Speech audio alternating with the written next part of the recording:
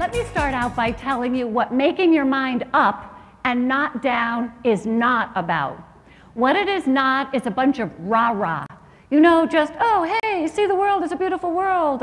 When life hands you lemons, make lemonade. Or, you know, it's every cloud has a silver lining. Listen, some clouds do not have a silver lining. Would you agree with me on that? And there are some very, very tough issues that we all are facing. And it's not just hanging motivational posters, although some of that helps and the phrases help.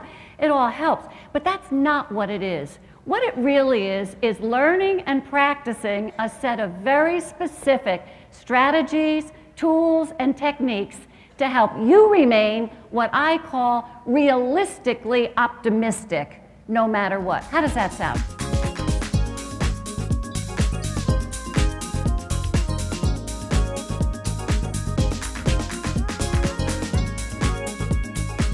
Start out your day positively. No matter what, start out your day positively. I like to say, be a good actor. For the first hour of every day, be a good actor. Doesn't matter what your day was like. Look, let's face it, some mornings you just get up and you feel like crap. Is that not true? You know what I mean? So it isn't just bouncing out of bed. It's you choose to start out your day positively no matter what. Have you ever noticed that a negative attitude is catching? It's contagious. It can spread to other people very quickly. It can sink a family. It can sink a couple. And it can sink a team at work. How often do people come into work or buzz around the house just going, oh, thank God it's Wednesday. Oh, my God. I only got 2 more days to last till I get out of this place, you know. I hate my job. I hate my job. I hate my job. I hate my job. Start out every day positively, no matter what. Be a good actor.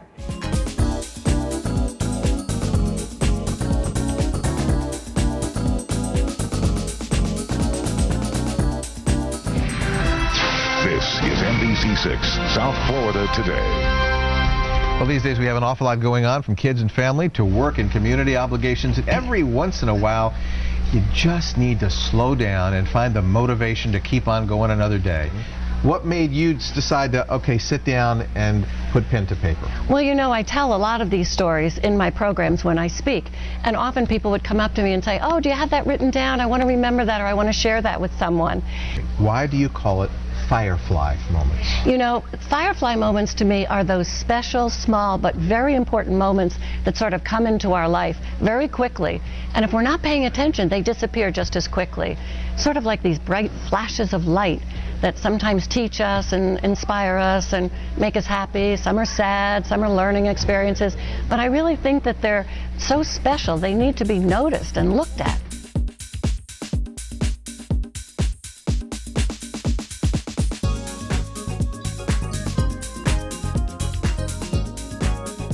How about these negative messages you may have learned as kids? You have to say stop to these. If you know the endings to these sentences, say them out loud, because if you do, they're part of your hard drive and they're preventing you from being as successful as you can. Are you ready?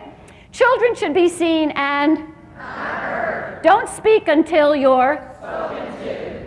If you can't say anything nice, don't say anything at all. You know what I figured out?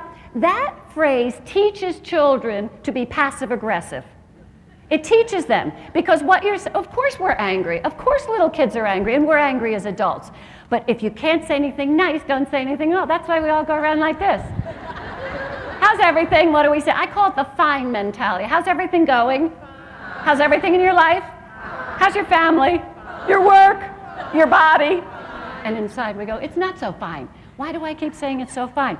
How about this one? Big for women. Better to be safe. Actions speak. You made your bed. If you can't stand the heat, if you can't run with the big dogs, stay on the porch. How about this one? Do you love this one? Everything's going to hell. What the hell is that about? Does anybody know? What is going to hell in a handbasket about? I don't get it.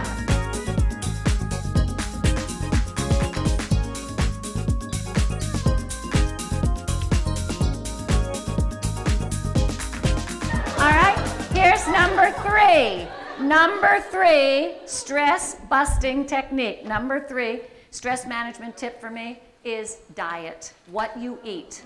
What you eat directly affects your stress level. I know, you knew I was going to get to that, right? Yeah, you knew. What you eat directly affects your stress level. I come from the athletic world. I'm a former competitive tennis player. And one thing that everybody knows is that what you eat directly affects your physical performance. It's the same thing with your mental performance. How many of you, I'm going to see how honest you are caffeine addicted? Raise your hands honestly. People who are caffeine addicted are always a bit up there. Have you noticed what I mean? They're always a bit up there. And these are the people who are more likely to have meltdowns. They go over the edge more easily. They're always edgy. How many of you are sugar addicted? Not caffeine, but sugar. What we know on that is you go from sugar high to sugar coma. In other words, you need a quick fix. You need a sugar fix. You will perform better for about 20 minutes. And then because of the blood mechanism, your insulin mechanism in your body, you go right into coma, so to speak. So picture this, in the workforce, we have these sugar people who are going, they're way up, and then they're way down, and then they're way up, and then you have all the caffeine people that are just sort of going along like this all day. And we wonder why we have meltdowns.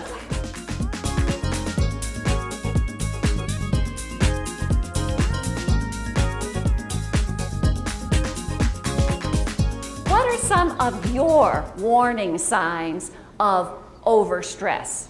All right, what happens to you? Headaches is one. Headaches. Do any of you have more headaches or more intense headaches than you did 4 or 5 years ago? Raise your hands.